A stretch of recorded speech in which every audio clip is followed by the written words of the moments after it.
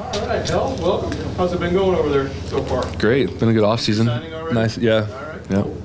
Well, thank you. Thanks for joining us. And I don't know if you've got any opening remarks. If not, we'll go straight to Q&A, whatever you prefer. Fire away. All right. How nice was it to go through arbitration and get it done easily and not have to worry about what that number was going to be or, what your offseason was going to be? Yeah, it's great, to close that chapter of the off season and, come into spring with the open and refreshed mind and just, ready to rock and roll and hit the ground running. When you look at last year, once you got to the end of the year and had a second to breathe, were you able to kind of appreciate a lot of how it went for you? Yeah, for sure. In the moment, you just try to take it day by day and, look up the end of the year and hopefully things are good. But, looking back on it, very pleased and, thankful and blessed that I was just able to stay healthy all year and, hopefully can somewhat, get off on the right foot this year. We talk so much to guys who are changing this and that and making tweaks and all this stuff. What's the value in doing that and then it works that you have the year that you had? Yeah, it's great. Just kind of reinforces it and gives you some confidence in there and, always trying to learn and always trying to get better and, try to go back and look at things I did well and some things that I didn't do well, and try to refine those in spring and get that ready for season. Also, there was so much unknown at the end of last season in terms of what direction this team was going to go, and obviously you were the subject of a lot of rumors early on, but around November it was cleared up that Mo wanted to keep you, the Cardinals wanted you to stay. How happy are you to be here for 2025? Yeah, I'm really excited. I honestly thought I wasn't going to come back this year, honestly. Kind of sad, because this is where I grew up, but super excited and thrilled to be back, to keep wearing this uniform. Grew up a fan of the Cardinals and gotten to play with some pretty incredible teammates here along the way, and hopefully we can go out there and compete and give a good product to the fans this year. Ryan, how much of that was on your mind, in the early part of the off season? I guess how did you kind of balance that mentally, trying to obviously rest and recover, and then kind of think about the future? Yeah, for sure. Like I said, I was almost certain I wasn't going to come back, but tried not to think about it too much, because that kind of stuff's out of my control. So just tried to leave that kind of stuff to my agent in the front office, but. Once it came out in November, whenever it was, kind of a little bit of a breath of fresh air. I know you're not always safe 100%, so obviously things probably could still happen, but just trying to enjoy it while I'm here. Why did you think you weren't coming back?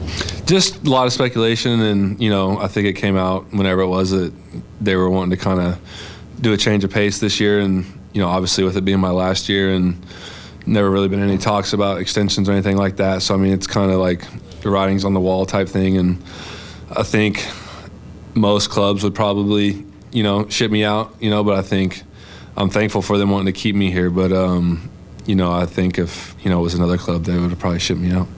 How does it work out practically? Do you get a call from Mo at some point that says we're good here, or do you just kind of do it with the agency? Yeah, my agent called me and told me whenever that happened, he's like, hey, we talked to Mo, had a good conversation. He said in all likelihood he's going to keep you here unless there's just some offer they can't refuse, So, obviously the first 6 weeks of the offseason was kind of up in the air. And, when the phone rang, thinking maybe it might be to another team. But when it rang, obviously staying here.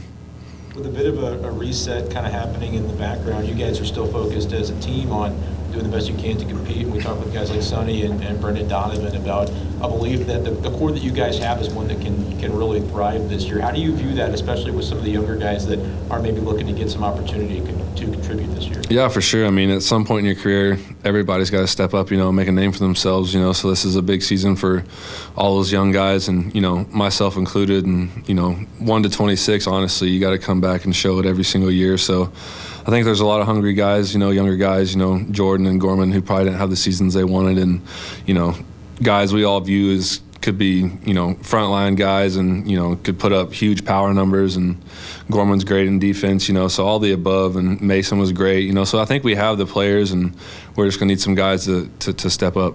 Thinking back to times previous in your career where you were maybe still trying to kind of find your way, what can the notion of opportunity to know that you're going to be the guy for this role, what can that do to instill confidence in a young player? Yeah, it's huge. I think it gives you the chance to go out there and fail, which is hard to deal with in this game, but it's also vital, to learn from that and to grow and to get better. And I think, with the direction they want to go this year and let the young guys play, I think it's great because they need to get reps and they need to get comfortable out there, and that's the only way they're going to make that leap and make the jump and become the players they want to be. You were vocal that the reason why you had the season you had was because Kittredge had 37 saves. Who can you see stepping into that role to do those, valuable leverage innings to get to you? Yeah, obviously JoJo and Kittredge, I think we're tops in the league in holds and helped make me who I was last year and give me those opportunities. So I think, this year, obviously that role is wide open and going to have some guys that are going to fight for that. And, I think Fern pitched great as a rookie and he'll have a chance to take that role. And, I know O'Brien didn't pitch well, but I think he's got the stuff to really, fill in that role and be a leverage guy for us. How much did Kit and even Keenan, I would imagine, to some extent, play a role in kind of keeping that group together last year and keeping you all strong this year? Yeah, it was great. Kit was an incredible teammate. Would have loved to have him back, but obviously get it from the business side of things. And, he's a great human and a great friend and, obviously a great competitor. We saw it every day out there. And, being a veteran and playing in the playoffs and pitching high leverage moments, Kittredge was great for us down there in the bullpen. Ryan, what were you able to learn from them that you feel like you can apply to being kind of the leader of this group moving forward? Yeah, just try to get better every day. I think that's one thing that I try to do is make the most out of each and every day, and that's a big thing that Wayne always harped on, and we know what kind of career he had, and, every day he was just showing up, trying to get better and just trying to make the guys around him better. I think that's what makes great teams, and, leave yesterday in the past and, let's go to work today. You said that you closed a chapter, haven't done the deal with arbitration. The next time you have a contract, you're going to be a free agent.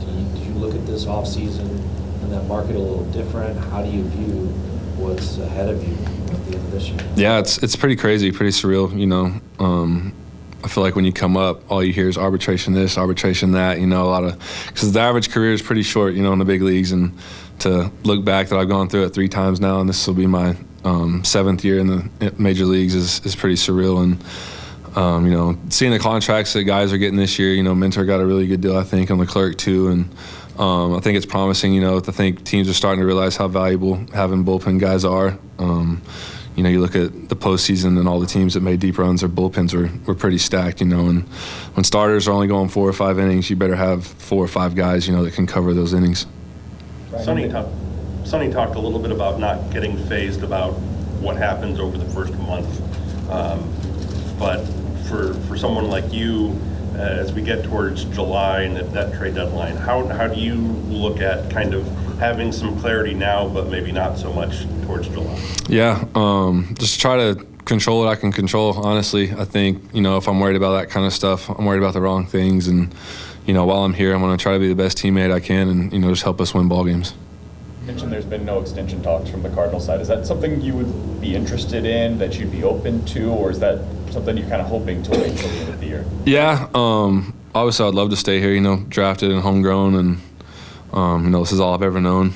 But, at the same time, it's a two-way street, and if only one side wants it, it's not going to work out. And, since going through arbitration, you definitely understand the business side of things, especially after going into a room. You understand it a little more, and obviously there's no hard feelings, and I'll always be grateful to the St. Louis Cardinals for giving me a chance and, allowing me to live out my dream. Ryan, you've got some teammates that are still kind of feeling their way through that process with arbitration this year. Is that something that you can kind of put a hand on the shoulder of a guy and be a guy and say, hey, I've been through this, and maybe drop some advice? Yeah, for sure. I've already talked to a couple of them, just told them not to take it too personally, because, when you're in there, it's you versus them in that moment in time, which is tough. Your employer's telling you stink, this and that, and showing why you're not worth this, and you start to question, am I really a Major League Baseball player? They make you think you're really bad, but just go in there and just take it on the chin, and when you show back up, be ready to go. Can you take us inside of that room? Like what is that actual experience like as you're going through the process in arbitration? Yeah, it's a long day. I think it's like an hour each side talks, and like 30 minutes and like 15 minutes back and forth. But yeah, it's your side versus their side. The arbiters are up there, and it's you think you're good at something, but they find a way to tell you you're not so good at it at the same time. So it's not fun going in there, but at the same time, you're fighting for what you feel like you deserve, and honestly fighting for the classes behind you in that next generation. Ryan, I'm sure it seems like 100 years ago at this point, but you were an accomplished minor league starter. Last year we saw Jordan Hicks go to San Francisco with a chance to start. I know you're solely focused on being the reliever that you're capable of being, but do you still have dreams of being a starter maybe somewhere down the road? I would definitely be open to it. I definitely think I could do it. I threw close to 500 innings, I think, in the minor leagues as a starter, and I don't know how many I have in the big leagues, but, you know, innings-wise, I've done it quite a bit in my life, and obviously that's been 7 years ago now since I've last really started, but, you know, I think I could definitely do it, and, you know, I've had some good mentors I could ask some questions to, and probably call a few guys that would be open to helping me figure out a routine and stuff like that if that's the way it went, but just trying to be the best I can be in this situation right now.